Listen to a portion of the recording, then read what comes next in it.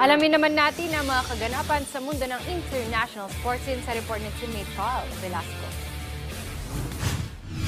Pinangalanan ng mga nakakuha ng Most Valuable Player Awards ng nagdaang Major League Baseball 2025 season nitong nakaraang linggo. Sa National League, isa na namang unanimous MVP vote ang nakuha ni Japanese two-way superstar Shohei Ohtani matapos ang kanyang dominanteng season na mayroong 55 home runs, 102 RBIs, 109 base on balls at 146 runs habang pinapangunahan ng Los Angeles Dodgers sa kanilang ikalawang sunod na World Series title. Sa American League naman, si New York Yankees outfielder Aaron Judge ang nakasungkit ng AL MVP award matapos ang 53 home run season nito na sinamahan pa niya ng isang batting title, 114 RBIs, 124 base on balls at 137 runs. Samantala, ilan din sa mga pinarangalan ngayong season, sina Tarik Skubal ng Detroit Tigers at Paul Skeens ng Pittsburgh Pirates para sa Cy Young Award. Tinanghal naman ng mga bagitong sina Nick Kurtz at Drake Baldwin bilang Rookie of the Year. Sa magkaibang konferensya, magbabalik ang MLB sa susunod na taon kung saan magtatapat ang San Francisco Giants at New York Yankees para sa stand-alone opening matchup nito sa Oracle Park sa California.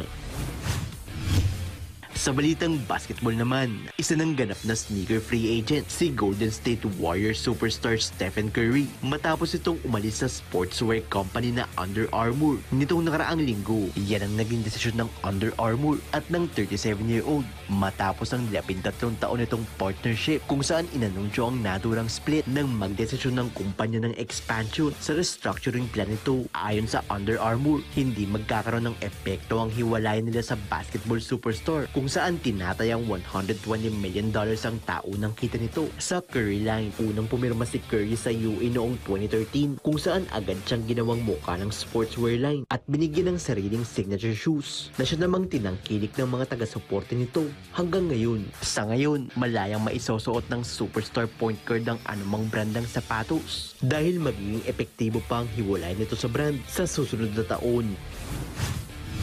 At sa balitang basketball pa rin, naungusan ng second seed na Denver Nuggets ang Minnesota Timberwolves sa kanilang sagupaan sa Western Conference. Nitong linggo, sa unang yugto pa lang ng laban, nagparamdam na agad si 3-time NBA MVP Nikola Jokic nang gumawa ito ng ilang key plays para sa Nuggets. Sa panig naman ng Timberwolves, pinairan nito ang pass first plays kung saan lahat ng players ay nakapag-ambag ng puntos na pinangunahan ni Jaden McDaniels at Julius Randle. Sa second half, patuloy ang pag-alagwa ng home team matapos ang ilang transition plays na nauwi sa fast break points. Ngunit sa fourth quarter, unti-unti nang nahabol ng Nuggets ang Timberwolves matapos ang ilang unselfish plays, dahilan para maiuwi nito ang panalo 123-112.